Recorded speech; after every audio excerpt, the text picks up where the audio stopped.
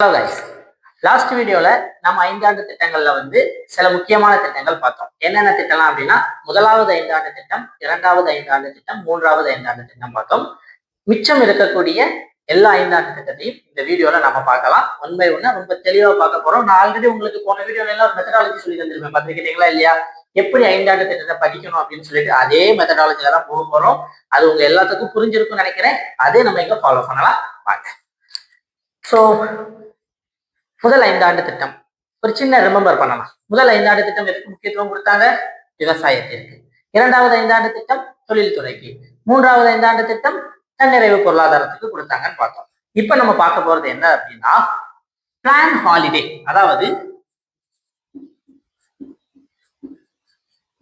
திட்ட விடுமுறை காலம் அப்படின்னு சொல்லிட்டு ஒண்ணு. எதுக்காக இந்த திட்ட விடுமுறை காலம் தெரியுமா? மூன்றாவது ஐந்தாண்டு திட்டம் நமக்கு ஃபெயிலியர். அதுக்கு காரணம் என்ன? ரெண்டு விதமான போர். ஒரு போர் என்னது? இந்தியோ சைனா போர். இந்தியாவுக்கும் சைனாவுக்கும் நடந்த போர் 1962.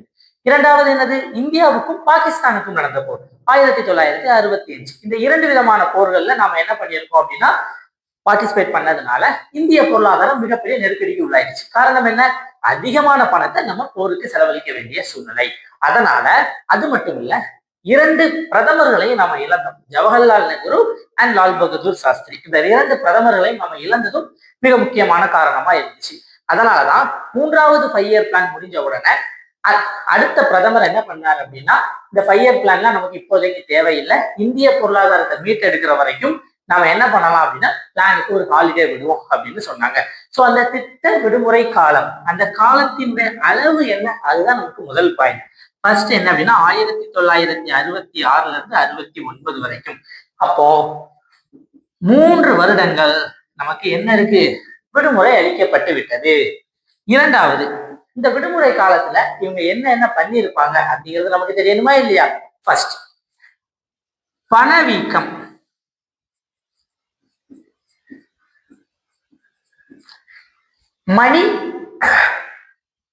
பணவீக்கம் அப்படின்னு சொல்லக்கூடிய பணவீக்கத்தை கட்டுப்படுத்தணும் அப்படின்னு சொல்றாங்க. பணவீக்கம்னா என்ன? இன்ஃபிளேஷன். அதாவது இன்ஃபிளேஷனை கட்டுப்படுத்தணும். எப்படி கட்டுப்படுத்துறாங்க? முதல்ல இன்ஃபிளேஷன்னா என்ன அப்படின்னா சிம்பிளா சொல்றேன் பாருங்க. நீங்க அதாவது நம்ம எக்கனாமிக்ஸ்ல இன்ஃபிளேஷன் பத்தி தனியாவே ஒரு டாபிக் பார்ப்போம். பட் இருந்தாலும் இன்ஃபிளேஷனை புரியுற மாதிரி நான் சொல்றேன். 100 ரூபாய் எடுத்துக்கிட்டு இன்னைக்கு நீங்க என்ன பண்றீங்க அப்படின்னா, மார்க்கெட்டுக்கு போறீங்க, 100 ரூபாய்க்கான பொருள் வாங்கிட்டீங்க. அது வெஜிடபிள்ஸா இருக்கலாம், ஃப்ரூட்ஸா இருக்கலாம், மல்லிகை சாமானமா இருக்கலாம், அல்லது உங்களுக்கான ஸ்நாக்ஸ் ஐட்டமா கூட இருக்கலாம். அடுத்த நாள் அதே 100 ரூபாய் எடுத்துட்டு போறீங்க, 120 ரூபாய் ஆயிருக்கு. முதல் நாள் 100 ரூபாய், இரண்டாவது நாள் 100 ரூபாய். முதல் நாள்ல 100 ரூபாய்க்கு பொருள் வாங்கிட்டீங்க. அதே பொருளை ரெண்டாவது நாள் கொண்டு போகும்போது பாத்துக்கிட்டீங்க அப்படின்னா உங்களுக்கு 120 ரூபாய் இருக்கு. அதாவது எக்ஸ்ட்ரா உங்களுக்கு 20 ரூபாய். ஆனா பொருளினுடைய மதிப்பு மாறவே இல்லை, பொருளினுடைய அளவு மாறவே இல்லை. பொருளுடைய அளவு எல்லாமே ஒண்ணுதான், ஆனா மதிப்பு கூடியிருக்கு. அப்ப இதுல இருந்து என்ன தெரியுது? பொருளினுடைய விலை கூடியிருக்கு. அப்ப இன்ஃபிளேஷன்னாலே சிம்பிளா தெரிஞ்சுக்க வேண்டியது என்ன அப்படின்னா, விலை அதிகமாகும், விலை ஏற்றம். விலை ஏற்றம் தான் எதுக்கு காரணம்? பணவீக்கத்தின் காரணம். அப்ப இந்த பணவீக்கத்தை சரி பண்ணணும். அன்னைக்கு பாத்துக்கிட்டீங்க அப்படின்னா நமக்கு எப்படி இருந்துச்சு? ஆல்ரெடி நான் உங்களுக்கு சொல்லித்தரேன். இரண்டாவது ஐந்தாண்டு திட்டம் நடக்கும் போதே நம்ம நாட்டுல வாங்கும் நிலைக்கான அந்த செலுத்து சமநிலை எப்படி இருந்துச்சு அப்படின்னா ஒரு நெருக்கடியை சந்திச்சுன்னு சொன்னேன். அதாவது இம்போர்ட்டை விட எக்ஸ்போர்ட் அதிகம், எக்ஸ்போர்ட்டை விட இம்போர்ட் அதிகமா இருந்துச்சு அப்படின்னு நம்ம பார்த்தோம். அப்ப இங்க பாத்துக்கிட்டீங்க அப்படின்னா அதை சரி பண்றதுக்கு தான் மூன்றாவது ஐந்தாண்டு திட்டத்தை கொண்டு வந்தாங்க. ஆனா அந்த மூன்றாவது ஐந்தாண்டு திட்டமும் 2 போர்கள்னால நாசமா போச்சு. அப்ப அதுல என்ன ஆயிட்டுமா? பணவீக்கம் ஆயிட்டு அந்த பணவீக்கத்தை கட்டுப்படுத்தணும். மூன்றாவது, உணவு பாதுகாப்பு, ஃபுட் ப்ரொடெக்ஷன். உணவு பாதுகாக்கணும் அப்படின்னு சொன்னாங்க. இப்ப வேளாண்மைக்கு முக்கியத்துவம் கொடுக்கப்படுகிறது. அடுத்து 4வது மிக முக்கியமான பாயிண்ட் என்ன அப்படின்னா, பொருளாதார மீட்டெடுப்பு அப்படிங்கிற ஒரு கான்செப்ட். அதாவது பொருளாதாரத்தை என்ன பண்றாங்க அப்படின்னா இவங்க மீட்டெடுக்கிறாங்க. எப்படி மீட்டெடுக்க போறாங்க அப்படிங்கிறதெல்லாம் பாத்துக்கிட்டீங்கன்னா, எப்படியாவது பொருளாதாரத்தை சரி பண்ணணும் அப்படின்னு இருக்காங்க. அப்ப திட்ட விடுமுறை காலம்னா என்ன? 3 வருடங்கள், 1966 இருந்து 69 வரைக்கும். மிக முக்கியமா பணவீக்கத்தை கட்டுப்படுத்தணும் அப்படின்னா விலை ஏற்றத்தை குறைக்கணும். அடுத்து உணவு பாதுகாப்பு. எதுக்காக உணவு பாதுகாப்பு வச்சிருக்காங்க அப்படின்னா விலையேற்றம் பொதுவா உணவோட சம்பந்தப்பட்டதுதான். இப்போ உணவு பாதுகாப்பு வந்துட்டாலே மேக்சிமம் இந்த பணவீக்கம் அப்படிங்கிறது என்ன ஆயிரும், குறைஞ்சிரும். பணவீக்கமும் குறையுது, உணவு பாதுகாப்பு இருக்கு அப்படின்னா பொருளாதாரம் தன்னுடைய சாதாரண நிலைக்கு வந்துடும். அதுதான் இந்த திட்ட விடுமுறை காலம் மிக முக்கியமான ஒரு விஷயம். திட்ட விடுமுறை காலத்தின் போது இந்திய நாட்டின் பிரதமராக இருந்தவர் திருமதி இந்திரா காந்தி அவர்கள். இந்திரா காந்தி அவர்கள் இருந்தாங்க. இதுதான் என்னது அப்படின்னா திட்ட விடுமுறை காலம். அடுத்து நம்ம பார்க்க போறது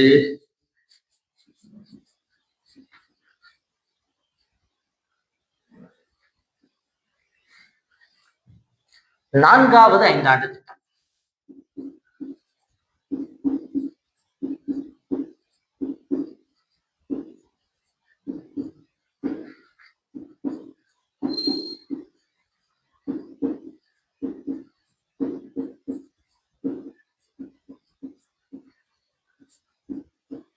நான்காவது ஐந்தாண்டு திட்டம் பத்தி பார்க்க போறோம். அதே மெத்தட்ல வாங்க. முதல்ல என்ன தெரியணும் நமக்கு, இயர் 1969 இருந்து 1974 வரை. இரண்டாவது அதனுடைய பிரதமர் யாரு, இந்திரா காந்தி. இந்திரா காந்தி இந்திரா காந்தி அதனுடைய பிரதமராக இருக்கு. மூன்றாவது நம்ம அந்த திட்டத்தின் மாதிரி பார்த்தோம். முதல் 5ஆம் ஆண்டு திட்டம் அப்படின்னா ஹராத் டோமர் மாடல் அப்படின்னு ஒரு மாடல் இருந்துச்சு. இரண்டாவது 5ஆண்டு திட்டம் அப்படிங்கிறது பிசி மகளநோபிஸ் மாடல் அப்படின்னு ஒரு மாடல் இருந்துச்சு. மூன்றாவது 5ஆண்டு திட்டம் காட்கில் யோஜனா, காட்கில் திட்டம் அப்படின்னு இருந்துச்சு. அப்போ 4வது 5ஆண்டு திட்டத்தை பொறுத்த வரைக்கும் பார்த்துக்கிட்டீங்க அப்படின்னா 4வது 5ஆண்டு திட்டத்துக்கு எந்த ஒரு மாதிரியும் இல்லை. அப்போ மாதிரி இல்லாத போது அதுக்கு அடுத்து அந்த திட்டத்தினுடைய நோக்கம் என்ன அப்படிங்கிறது நமக்கு தெரியணும். அந்த திட்டத்துடைய நோக்கம் என்ன அப்படின்னா, மூன்றாவது அதனுடைய நோக்கம் என்ன, நோக்கம் என்ன சொல்றாங்க அப்படின்னா நிலையான வளர்ச்சி, growth with stability, நிலையான வளர்ச்சி, நிலையான வளர்ச்சி இருக்கணும் அப்படின்னு சொல்றாங்க. சோ நிலையான வளர்ச்சி அப்படிங்கிறது என்னதுன்னா, இப்போ நீங்க பாத்துக்கிட்டீங்க அப்படின்னா நிலையான வளர்ச்சி அப்படின்னா ஒரு சர்டன் பெர்சன்டேஜ் ஆஃப் வளர்ச்சியை இந்தியா அட்டைன் பண்றது அப்படின்னா அந்த வளர்ச்சி கண்டினியூஸா இருக்கணும். அதுதான் என்ன அப்படின்னா நிலையான வளர்ச்சி. அந்த வளர்ச்சியில என்ன ஆயிடக்கூடாது அப்படின்னா குறைஞ்சிடக்கூடாது. ஸோ அதுக்குதான் அவங்க என்ன சொல்றாங்க அப்படின்னா செல்ஃப் ரிலையன்ஸ். செல்ஃப் ரிலையன்ஸ்னா என்ன அப்படின்னா சுயசார்பு தன்மை இருக்கணும். அந்த சுயசார்பு தன்மையை படிப்படியா அடையணும் அப்படின்னு சொல்றாங்க. அதாவது progressive achievement of self reliance, சுயசார்பு தன்மையை படிப்படியாக அடைதல். என்ன சுயசார்பு தன்மை அப்படின்னா எந்த காரணத்தை கொண்டும் நம்ம நாடு வெளிநாடுகளை நம்பி இருக்கக்கூடாது.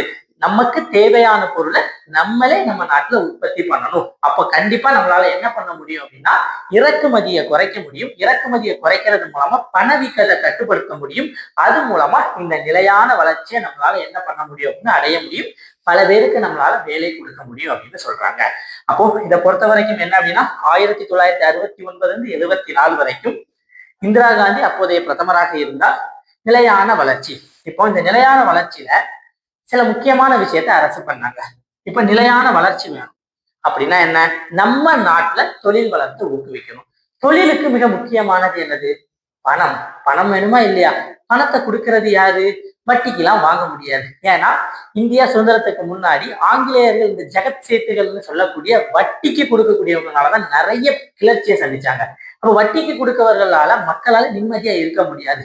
அப்போ இதெல்லாம் கொடுக்கணும் அப்படின்னு அரசாங்கம் கொடுக்கணும். அதுக்குதான் இந்திரா காந்தி மேடம் இதுல அழகான ஒரு விஷயத்த பண்ணாங்க. வங்கிகளை தேசியமயமாக்குனாங்க. 14 வங்கிகள் தேசியமயமாக்கப்பட்டது. 14 வங்கிகள் என்ன பண்ணிட்டாங்க அப்படின்னா தேசியமயமாக்கிட்டாங்க. தேசியமயமாக்கல்னா வேற ஒண்ணும் இல்லை, தனியார் சொத்தை அரசாங்க சொத்துக்களாக மாற்றுவதுதான் தேசியமயமாக்கல். தனியார் சொத்தை அரசாங்க சொத்துக்களாக மாற்றுவதை தேசியமயமாக்கல்னு சொல்லுவாங்க. அரசாங்க சொத்தை தனியார் சொத்தா மாற்றுறது தனியார் மயமாக்கல்னு சொல்லுவாங்க. அவ்வளவுதான். சொத்தை விற்கிறது, வேற எதுவுமே இல்லை. சிம்பிளா சொல்ல போனா நேஷனலைசேஷன் பத்தி நம்ம பின்னாடி பார்க்கலாம். 14 வங்கிகள். இது போக பாத்துக்கிட்டீங்கன்னா நிலையான வளர்ச்சி. இந்தியாவில் அன்னைக்கு வளர்ச்சி என்னதுதான் வேளாண்மை தான். அப்ப வேளாண்மைக்கு மிக முக்கியமான ஒரு காரணம் என்ன அப்படின்னா மழை. ஒருவேளை மழை இல்லை அப்படின்னா கண்டிப்பா வறட்சி ஏற்படுமா இல்லையா? அந்த வறட்சியை கட்டுப்படுத்துறதுக்கு தான் டிஏடிபி அப்படின்னு சொல்லக்கூடிய ஒரு ப்ரோக்ராமை கொண்டு வந்தாங்க. ட்ராட் ஏரியா டெவலப்மெண்ட் ப்ரோக்ராம், அதாவது டாட் ப்ரான் ஏரியா ப்ரோக்ராம் அப்படின்னு சொல்லக்கூடிய ஒரு பகுதி டிபிஏபி. அதுக்கு பேர் வறட்சி பாதிப்புக்குள்ளான பகுதிகளுக்கான திட்டம் அப்படின்னு ஒரு திட்டத்தை கொண்டு வந்தாங்க. இந்த திட்டத்தின் மூலமாக இந்தியாவை வேளாண்மையில தன்னிறைவு பெற செய்யணும் அப்படிங்கிறது இவருடைய மிக முக்கியமான நோக்கமா இருந்துச்சு. இது போக ரொம்ப முக்கியமான ஒரு திட்டம் ஃபேமிலி பிளானிங். ஸோ மக்கள் தொகையை கட்டுப்படுத்தணும்னு சொன்னாங்க. ஸோ இதுக்கு என்ன பண்ணல அப்படின்னா, கட்டாயமா மக்கள் தொகையை கட்டுப்படுத்தணும் அப்படிங்கிறதுக்காக ஃபேமிலி பிளானிங் பண்ணணும்னு சொல்லல. ஃபேமிலி பிளானிங் பண்ணுனா மக்கள் தொகை கட்டுப்படுத்தப்படும், அது மூலமா நிலையான வளர்ச்சி அடையலாம் அப்படிங்கிறது அரசாங்கத்தினுடைய நோக்கமா இருந்துச்சு. அப்போ சிம்பிளா இதுல என்னென்னலாம் இருக்குன்னு பாருங்க. 1969-74 கால அளவு பிரதமராக திருமதி இந்திரா காந்தி அவர்கள் நோக்கம் நிலையான வளர்ச்சி. நிலையான வளர்ச்சி அடைகிறதுக்கு 14 வங்கிகளை தேசியமயமாக்கியிருக்காங்க. வறட்சி பாதிப்புக்குள்ளான பகுதிகளுக்கான திட்டங்கள் இருக்கு. ஃபேமிலி பிளானிங் அதுவா என்னது, குடும்ப கட்டுப்பாட்டு திட்டத்தை இதுல கொண்டு வந்தாங்க. இதுதான் 4வது ஐந்தாண்டு திட்டம். மிக முக்கியமான ஒரு விஷயம். இதுல 4வது நீங்க பார்க்க போறது என்ன அப்படின்னா, வளர்ச்சி வீதம் என்ன அப்படிங்கிறது தெரியணும். 3.3% வளர்ச்சி வீதத்தை இந்த ஐந்தாண்டு திட்டம் எட்டியது. நம்ம என்ன டார்கெட் வச்சோமோ அதுக்கு எதிராக தான் இருந்துச்சு. டார்கெட் 5.7 வச்சிருந்தாங்க, பட் அடைஞ்சது 3.37. அதுக்கு மிக முக்கியமான ஒரு காரணம் என்ன அப்படின்னா, மறுபடியும் இந்தியா பாகிஸ்தான் வார். இது மிக முக்கியமான ஒரு காரணமா பார்க்கப்படுகிறது. 1971 நடந்துச்சு. இதை என்ன சொல்லுவாங்க அப்படின்னா, வங்காளதேச சுதந்திர போர்னு சொல்லுவாங்க. இது இந்திய பொருளாதாரத்துல ஒரு தாக்கத்தை ஏற்படுத்திச்சு. இது 4வது ஐந்தாண்டு திட்டத்துல இத்தனை விஷயங்கள் இருக்கு.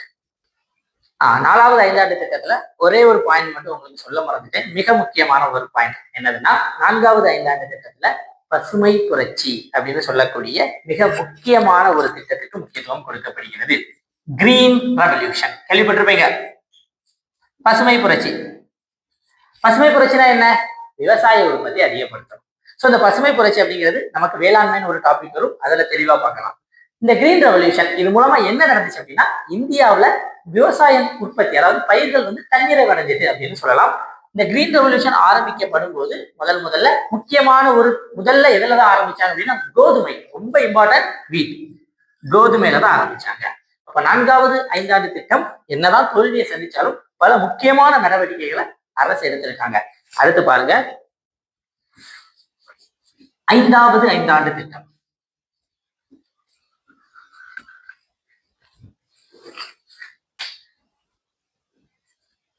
ஐந்தாவது சிம்பிளாவே எழுதுறேன் பாருங்க. 5வது ஐந்தாண்டு திட்டம் எப்படி படிக்கணும்னு சொல்லி தந்திருக்கேன். முதல்ல வருடம் 1974 இருந்து 1979 வரை. ஓகே. 2வது பிரதமர் யாரு? இந்திரா காந்தி தான், வேற யாரு?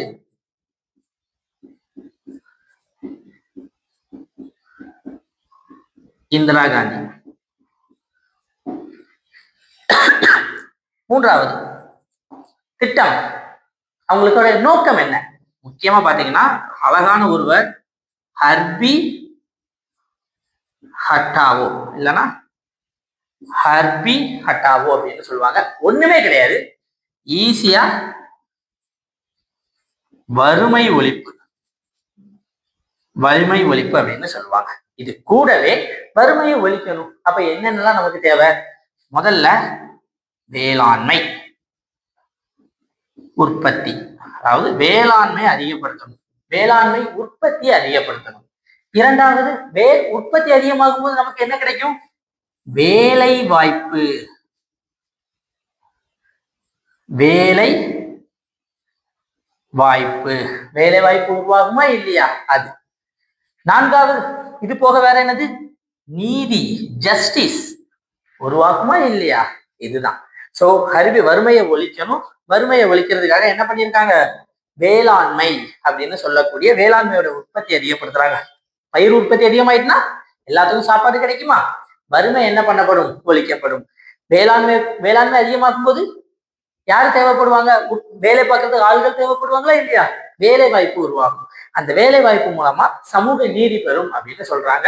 இதுதான் என்ன அப்படின்னா 5வது ஐந்தாண்டு திட்டம். இந்த 5வது ஐந்தாண்டு திட்டத்துல சில எக்ஸ்ட்ரா சில பாயிண்ட்ஸ் வந்து நான் உங்களுக்கு சொல்லித்தரேன் பாருங்க. முதல்ல என்ன அப்படின்னா, தேசிய நெடுஞ்சாலை திட்டம். இந்த 5வது ஐந்தாண்டு திட்டத்துலதான் தேசிய நெடுஞ்சாலை திட்டத்தை கொண்டு வந்தாங்க. இன்னைக்கு நேஷனல் ஹைவேஸ் சொல்றாங்க, NH அது உருவாக்கப்பட்டது இதுதான். 4 வழிச்சாலை வேற, நேஷனல் ஹைவேஸ் வேற. இந்த தேசிய நெடுஞ்சாலை உருவாக்கப்பட்டது இந்த 5வது ஐந்தாண்டு திட்டத்துல தான். 2வது 20 அம்ச திட்டம் அப்படின்னு ஒண்ணு இருக்கு. இது இந்திரா காந்தி மேடத்துடைய மிக முக்கியமான ஒரு திட்டம், வறுமை ஒழிப்புக்கு. 20 அம்ச திட்டம் முழுக்க முழுக்க எங்கதான் அப்படின்னா கிராமப்புறத்துல வறுமை ஒழிப்புக்கு மிக முக்கியமா இருந்துச்சு இந்த 20 அம்ச திட்டம். அடுத்து மினிமம் நீட் ப்ரோக்ராம் அப்படின்னு சொல்லுவாங்க, குறைந்தபட்ச தேவை திட்டம் அப்படின்னு ஒரு திட்டம். இந்த 2 திட்டமும் இந்திரா காந்தி அவர்களின் தொலைநோக்கு பார்வையில உருவாக்கப்பட்டதா சொல்லுவாங்க. ஒண்ணு 20 அம்ச திட்டம், 2வது என்ன அப்படின்னா குறைந்தபட்ச தேவை திட்டம். 4வது மின்சார சட்ட திருத்தம் அல்லது மின்சார நுகர்வு சட்ட திருத்தம். நுகர்வு சட்டம் வந்து என்ன பண்ணப்படுது அப்படின்னா 1975 திருத்தப்படுது. தேசிய நெடுஞ்சாலைக்கான திட்டம் போடப்பட்டது. 20 அம்ச திட்டம். 20 அம்ச திட்டம் அப்படின்னா 20 வகையான அம்சங்கள் அதுல இருந்திருக்கு. அது எல்லாமே கிராமப்புறத்துக்கு தான். அடுத்து மினிமம் நீட்ஸ் ப்ரோக்ராம், அதாவது குறைந்தபட்ச திட்டத்தை கொண்டு வந்திருக்காங்க. அடுத்து மின்சார நுகர்வு சட்டம் அப்படின்னு சொல்லக்கூடிய சட்டத்தை திருத்தி இருக்காங்க. இது வந்து திருத்தம் அப்படின்னு சொல்லலாம், திருத்த சட்டம். இது எல்லாமே என்னது 5வது ஐந்தாண்டு திட்டத்தினுடைய மிக முக்கியமான ஒரு நோக்கம். அடுத்து அங்க பார்த்தோம். அதுக்கப்புறம் வளர்ச்சி அப்படின்னு ஒண்ணு இருக்கு. இந்த 5வது ஐந்தாண்டு திட்டத்தினுடைய வளர்ச்சி எவ்வளவு அப்படின்னா 4.8%. இலக்கு எவ்வளவு தெரியுமா? 4.4%. ஆனா 4.8% அடைஞ்சிட்டு. இந்த 5வது ஐந்தாண்டு திட்டத்துல மிக முக்கியமான ஒரு விஷயம் இருக்கு. 5வது ஐந்தாண்டு திட்டத்தினுடைய கால அளவு என்ன சொன்னேன்? 1974 ஆரம்பிச்சு 1978, 1979. ஆனா அரசியல் மாற்றம் காரணமாக 1978 ஒரு வருடத்திற்கு முன்னதாகவே இந்த திட்டம் நிறுத்தப்பட்டு விட்டது. அதுக்கான காரணம் என்னன்னு பாத்துக்கிட்டீங்க அப்படின்னா 1975 78 வரைக்கும் நமக்கு தேசிய நெருக்கடி நிலை இருந்துச்சு. தேசிய நெருக்கடி நிலை வந்து என்ன ஆகுது அப்படின்னா, தேசிய நெருக்கடி நிலை இந்திரா காந்தி அவர்கள் பிரதமராக இருக்கும்போது கொண்டு வந்தாங்க. பட் இந்திரா காந்தி மேடம் 1978 தேசிய நெருக்கடி நிலையை திரும்ப பெற்றுட்டாங்க. திரும்ப பெற்ற உடனே எலெக்ஷன் நடக்கணும். அங்க தேர்தல் நடத்தப்பட்டு இந்திரா காந்தியினுடைய காங்கிரஸ் கட்சி தோற்கடிக்கப்பட்டு மொராஜி தேசாய் அவர்கள் பிரதமராக பதவியேற்றதால் அவர் இந்த 5ஆண்டு திட்டத்தை என்ன பண்ணிட்டார் அப்படின்னா நிறுத்தி வச்சுட்டார். அதனாலதான் ஒரு ஆண்டிற்கு முன்னாடியே நிறுத்தப்பட்டது. உங்களுக்கு கொஸ்டின்ல வந்து ஒரு வருடத்திற்கு முன்னதாக நிறுத்தப்பட்டதற்கு காரணம் அரசியல் மாற்றம் அப்படின்னு சொல்லிடுறது. அது கரெக்டான பாயிண்ட், புரிஞ்சா? ஏன்னா இந்திரா காந்தி மேடத்தினுடைய அரசாங்கம் பதவி இழக்கப்பட்டு புதிய பிரதமராக மொராஜி தேசாய் அவர்கள் பதவி ஏற்ற போது அவர் இந்த 5ஆண்டு திட்டத்தை நிறுத்தி வைத்தார்.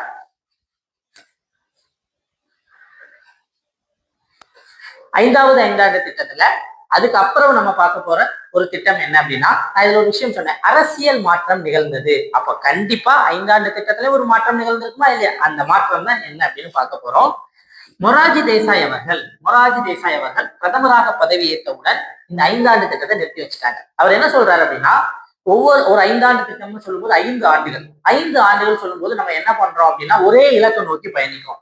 அப்போ அந்த ஒரே இலக்கை நோக்கி பயணிக்கிறது அப்படிங்கிறது வந்து என்னன்னா, அந்த 5ஆண்டு திட்டத்துல அதிகப்படியான சுமை அரசுக்கு ஏற்படுத்துது. வேற எந்த திட்டத்தையும் பத்தி திங்க் பண்ண முடியல அப்படிங்கிறது அவருடைய தாட்டா இருந்ததுனால இந்த 5ஆண்டு திட்டத்தை அவர் நிறுத்தி வச்சுக்கிட்டு அது என்ன சொல்றாரு அப்படின்னா ரோலிங் பிளான், அதாவது சுழல் திட்டம் அப்படின்னு சொல்லக்கூடிய ஒரு திட்டத்தை அவர் என்ன பண்றாரு அப்படின்னா கொண்டு வராரு. இந்த சுழல் திட்டம் அப்படிங்கிறது என்னதுன்னா, அவரு பிரதமராக அந்த அரியணையில் இருக்க வரைக்கும் இந்த சுழல் திட்டம் இருந்துச்சு. ஃபர்ஸ்ட் எப்ப என்ன, அவர் எவ்வளவு நாள் பிரதமரா இருந்திருக்காரோ அந்த நாள் வரைக்கும் சுழல் திட்டம் இருந்திருக்கும் கண்டிப்பா. 1978 1980 வரைக்கும் கிட்டத்தட்ட ஒரு 2 வருடங்கள் இந்த சுழல் திட்டம் ஆக்டிவா இருந்துச்சு. சரி, 5ஆண்டு திட்டத்துல இருந்து இந்த சுழல் திட்டம் அப்படிங்கிறது எப்படி மாறுபட்டது அப்படிங்கிறது நமக்கு தெரியணுமா இல்லையா? இந்த திட்டத்தை என்ன சொல்றாங்க அப்படின்னா நெகிழ்வுத்தன்மை அப்படின்னு ஒரு வேர்டு. இந்த ஒரு வேர்டு இருந்தாலே போதும், வேற எதுவுமே நமக்கு தேவையில்லை. இதை வச்சு நான் சொல்லித்தரேன் பாருங்க. அது என்ன நெகிழ்வுத்தன்மை? நெகிழ்வுத்தன்மை அப்படின்னா தேவைக்கு ஏற்றாற்போல் மாற்றிக்கொள்வது.